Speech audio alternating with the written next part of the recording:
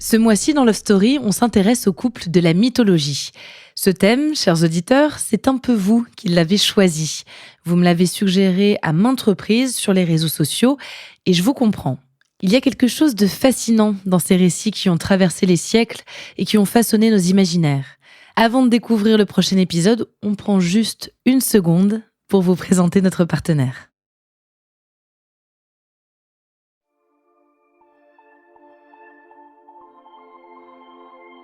Ulysse et Pénélope.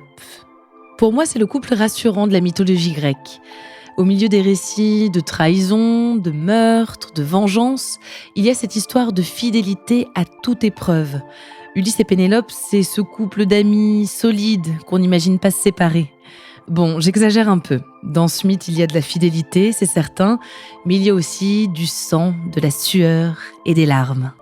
Les extraits sonores de cet épisode sont tirés du film Ulysse de Mario Camineri, sorti en 1954.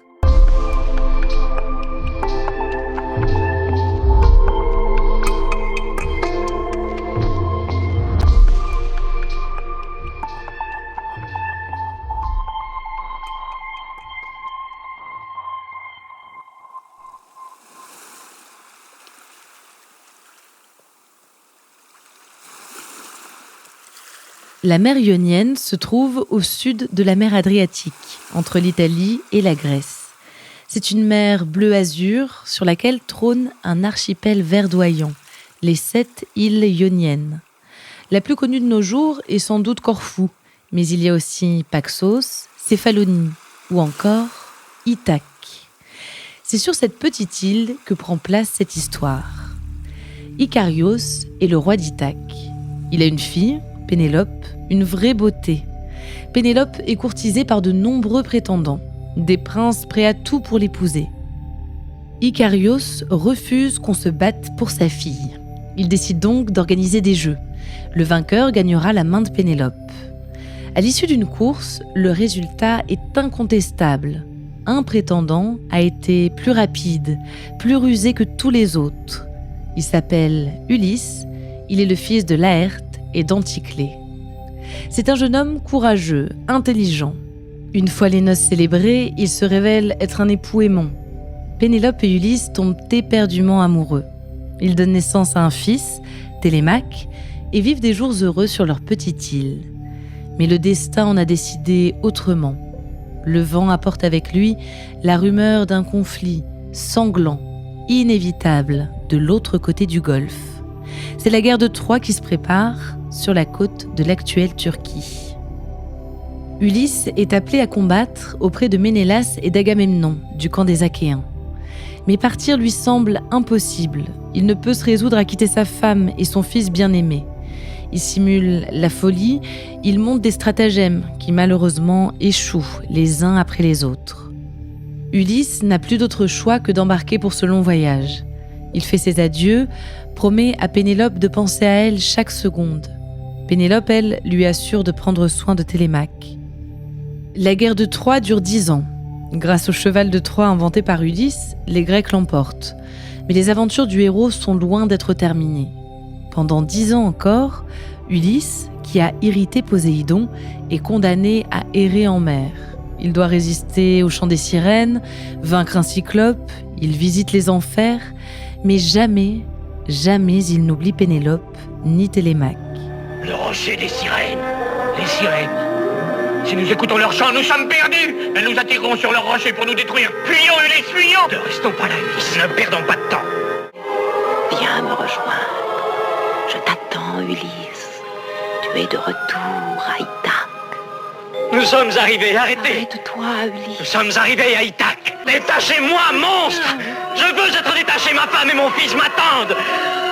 Restez avec moi. Restez avec moi. À Ithaque, pour Pénélope, le temps est bien long.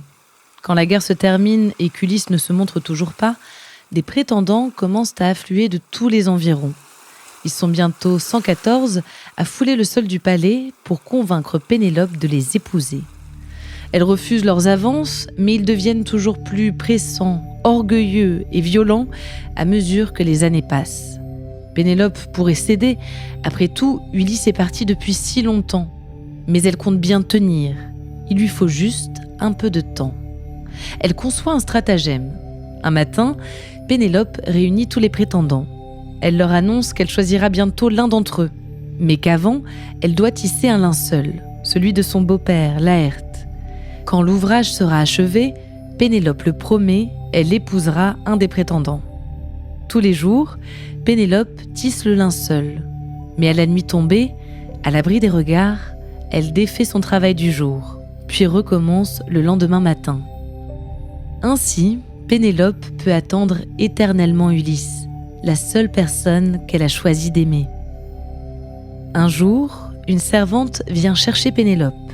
Ulysse est de retour, il est sur Ithaque. Pénélope est perplexe. Et si ce n'était qu'une nouvelle ruse d'un prétendant pour gagner le trône? En réalité, Ulysse est bien là. Mais il est déguisé en vieillard mendiant, il est méconnaissable. Ulysse parvient tout de même à trouver son fils, Télémaque, qui est maintenant un jeune homme, et lui demande de l'aider. Pendant ce temps, Pénélope décide d'organiser un concours. Le prétendant qui réussira la prouesse de bander l'arc d'Ulysse pourra l'épouser. Les prétendants défilent, mais aucun n'est assez fort pour réussir. Pénélope se retire dans sa chambre pour pleurer. C'est alors qu'Ulysse, toujours grimé en vieillard, s'empare de son arc et tire une première flèche en plein cœur d'un prétendant. Puis un autre et un autre. Avec l'aide de Télémaque, Ulysse tue les 114 prétendants de Pénélope. Alertée par les cris, Pénélope regagne la grande salle du palais et découvre le massacre avec effroi.